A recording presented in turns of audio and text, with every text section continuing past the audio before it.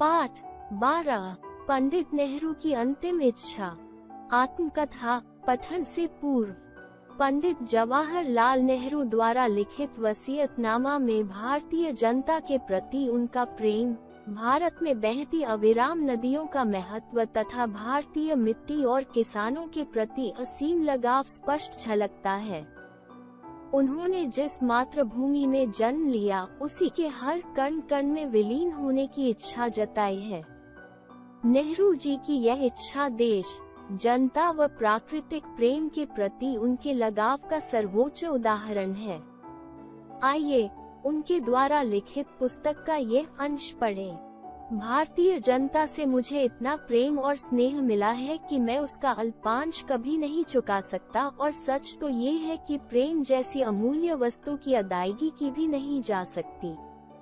लोगों ने बहुतों को सराहा है और अनेकों के प्रति श्रद्धा व्यक्त की है, परंतु भारतीय जनता के सभी वर्गों के लोगों से मुझे इतना अधिक प्यार मिला है कि मैं उससे अभिभूत हूँ। मैं केवल ये कर सकता हूँ कि जितने दिन मैं और जीवित रहूँ, अपने देशवासियों के प्यार के योग्य बना रहूँ। मैं अपने अनगिनत साथियों और सहकर्मियों के अनुग्रह का और भी अधिक ऋणी हूँ। हम लोगों ने बड़े बड़े कामों को हाथ में लिया और कंधे से कंधा मिलाकर उन्हें करते रहे तथा उन सफलताओं और विपत्तियों में साझीदार रहे जो इस प्रकार के कामों के साथ अनिवार्य रूप से लगी रहती है। मेरी इच्छा है कि मरने के बाद मेरा दाह संस्कार कर दिया जाए। यदि मैं विदेश में मरूं तो दाह कर्म वहीं कर दिया जाए और मेरी भस्म प्रयाग भेज दी जाए। उसकी एक मुट्ठी भस्म गंगा में प्रवाहित कर दी जाए। भस्म के अधिकांश भाग का क्या किया जाए, यह मैं आगे बताता हूँ। भस्म का कुछ भी भाग न तो बचाया जाए, न सुरक्षित रखा जाए। प्रयाग की गंगा में भस्म का कुछ भाग विसर्जित करने की मेरी इच्छा का मेरी दृष्टि में कोई धार्मिक कारण नहीं है। बचपन से ही इलाहाबाद की गंगा और यमुना नदियों से मेरा ममत्व रहा है, और ज्यों-ज्यों मैं बड़ा होता गया हूँ, यह ममत्व बढ़ता ही गया है।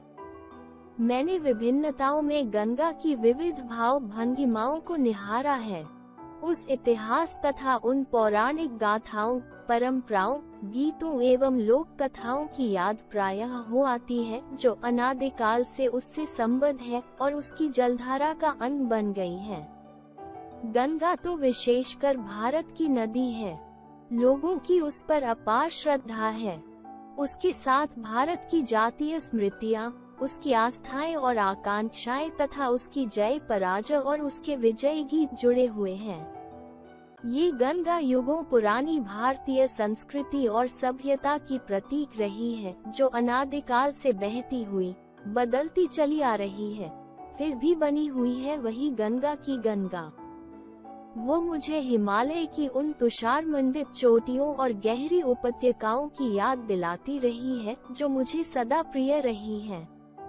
वो मुझे नीचे के उर्वर और विस्तृत मैदानों की भी याद दिलाती रही है, जहाँ मेरा जीवन ढला है और जो मेरे जीवन के कार्य क्षेत्र रहे हैं।